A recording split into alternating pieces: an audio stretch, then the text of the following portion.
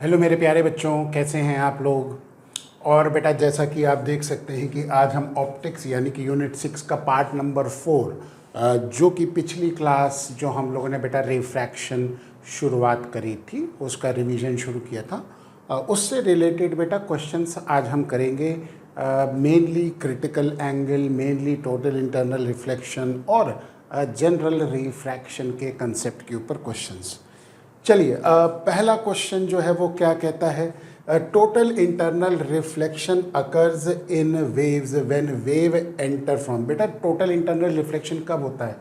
जब बेटा कोई भी ray of light denser to rarer जाए, है ना।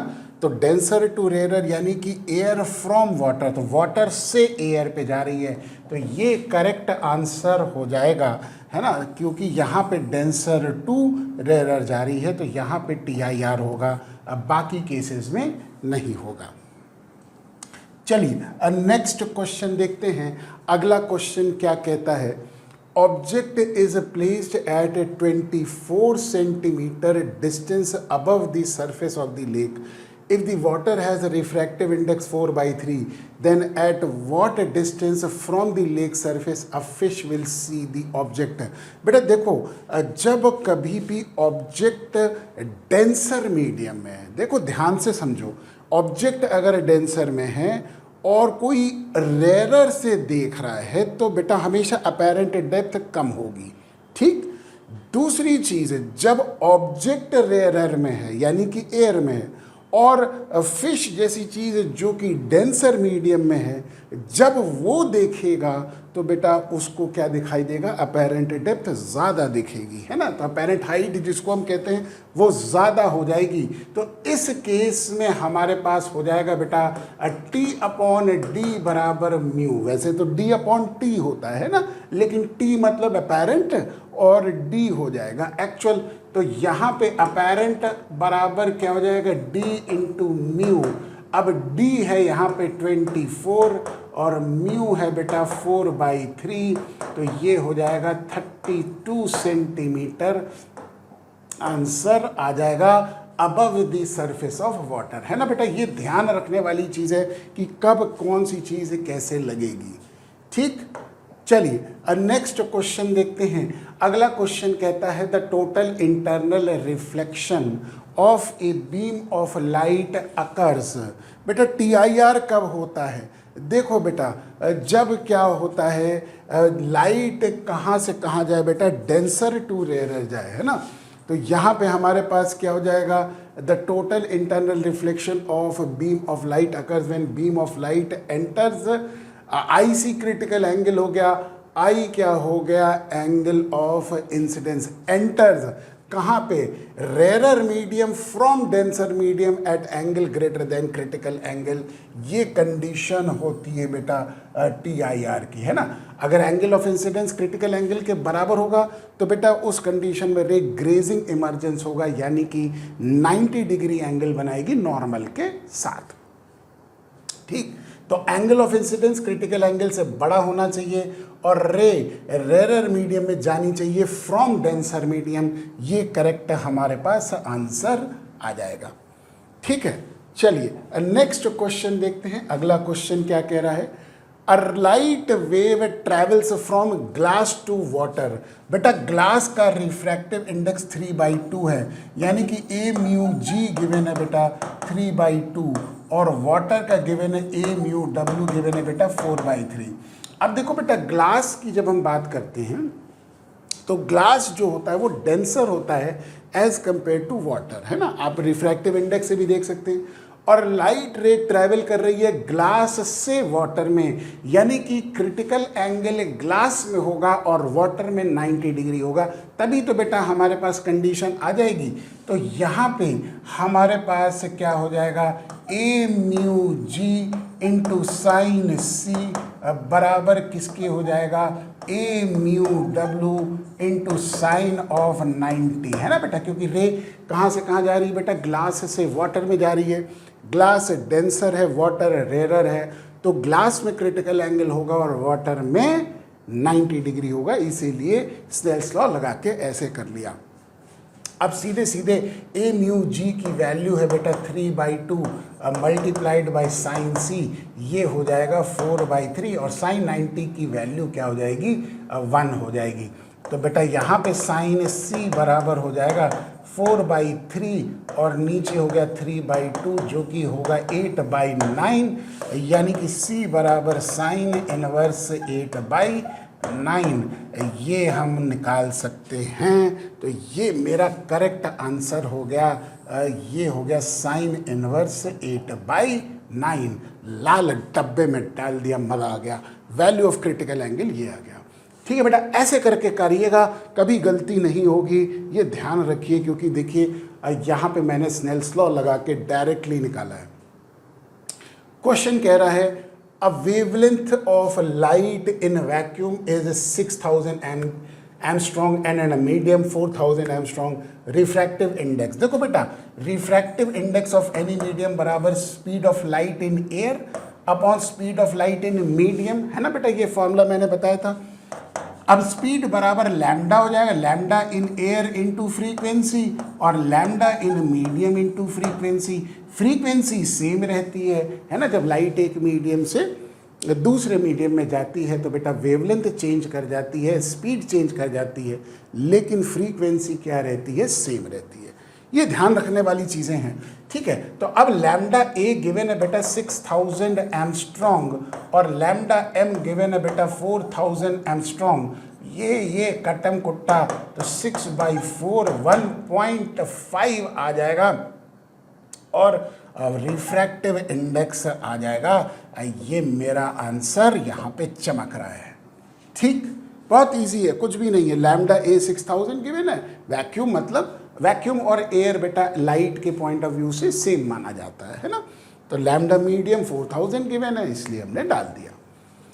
नेक्स्ट क्वेश्चन कहता है, question number 6, to an observer on the earth the star appears to twinkle. बेटा twinkling of the star basically atmospheric refraction की वजह से होता है।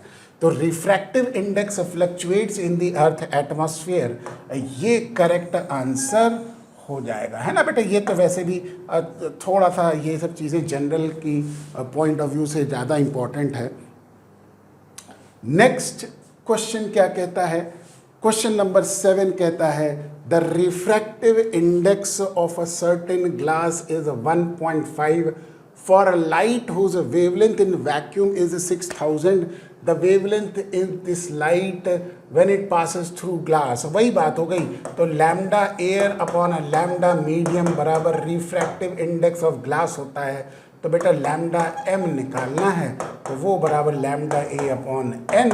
लैम्डा ए हो गया 6000, एन हो गया 1.5, ये आ गया 4000 एंगस्ट्रॉम। यानी कि जो पीछे एक सवाल किया था उसी का रिवर्स कंडीशन आ गई, है ना। तो कभी सवाल ऐसे भी ट्विस्ट करके आपको दे सकता है। चलिए नेक्स्ट क्वेश्चन क्या कहता है, when a light travels from one medium to another medium of which the refractive index is different, then which of the following will change। बेटा फ्रीक्वेंसी चेंज नहीं करेगी, तो इसका मतलब कौन सी चीज़ चेंज करेगी, वेवलेंथ एंड वेलोसिटी। यानी कि ये करेक्ट आंसर होगा, फ्रीक्वेंसी चेंज नहीं करेगी। तो तीनों में फ्रीक्वेंसी, इसलिए करेक्ट आंसर 4th होगा।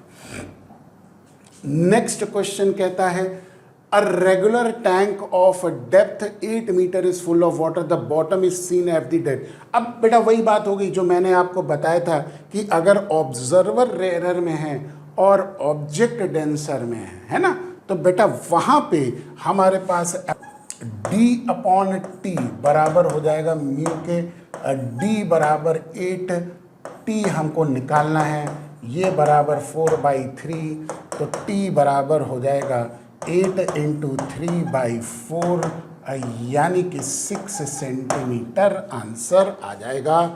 ये मेरा आंसर कहाँ है, 6 मीटर होगा। हाँ मीटर होगा, सेंटीमीटर नहीं मीटर होगा बेटा, है ना, क्योंकि रियल डेप्थ मीटर में है तो ये भी मीटर में हो जाएगा। चलिए नेक्स्ट क्वेश्चन देखते हैं। अगला क्वेश्चन क्या कहता है, question number 10, if I mu j represents the refractive index of a light when a light ray goes from medium I to medium जे, आई से जे में जा रही है, ठीक है। देन प्रोडक्ट ऑफ क्या हो जाएगा, 2μ1 इंटू 3μ2 इंटू 4μ3। बेटा देखो हमको अगर निकालना है 2μ1 तो ये बेटा n1 अपॉन n2 हो जाएगा, और क्या हो जाएगा 3μ2 यानी कि n2 अपॉन n3 हो जाएगा, और 4μ3 यानी कि n3 अपॉन n4 हो जाएगा। तो ये और ये और ये और ये कैंसिल, जो कि n1 अपॉन n4 हो जाएगा, यानी कि हमारे पास आंसर आ जाएगा बेटा क्या हो जाएगा, है ना। तो ये हो जाएगा 4μ1 हो जाएगा ना, n1 अपॉन n4 को हम लिखेंगे 4μ1 है ना, नीचे वाला ऊपर हमेशा होता है, तो ये ध्यान रखिए n1 अपॉन n4, ठीक है। तो ये हो जाएगा 4μ1, ये मेरा आंसर आ जाएगा। बहुत सिंपल है, कोई बहुत मुश्किल नहीं है बेटा। इसको हम म्यू को जैसे कि रिलेटिव रिफ्रैक्टिव इंडेक्स को एब्सोल्यूट रिफ्रैक्टिव इंडेक्स के टर्म्स में डिफाइन कर रहे हैं, है ना। ये मैंने लास्ट क्लास में आपको समझाया भी था पूरा। चलिए नेक्स्ट क्वेश्चन देखते हैं। A diver in the swimming pool wants to signal his distress to a person lying on the edge of the pool by flashing his water proof flash light. देखो बेटा लाइट बाहर कब आएगी, जब angle of incidence जो होगा वो critical angle से कम होगा। ध्यान रखिए, अगर angle of incidence critical angle के बराबर हो गया तो रे ग्रेजिंग इमर्जेंस हो जाती है, और ज़्यादा हो गया तो TIR हो जाएगा। यानी कि एंगल ऑफ इंसिडेंस को लेस होना चाहिए क्रिटिकल एंगल से। So he has to direct the beam at an angle to the vertical which is slightly less than critical angle of the incident for total internal reflection. ये correct answer मेरा हो जाएगा answer number 3, है ना बेटा। Angle of incidence critical angle से कम होना चाहिए, तभी लाइट रे बाहर आएगी।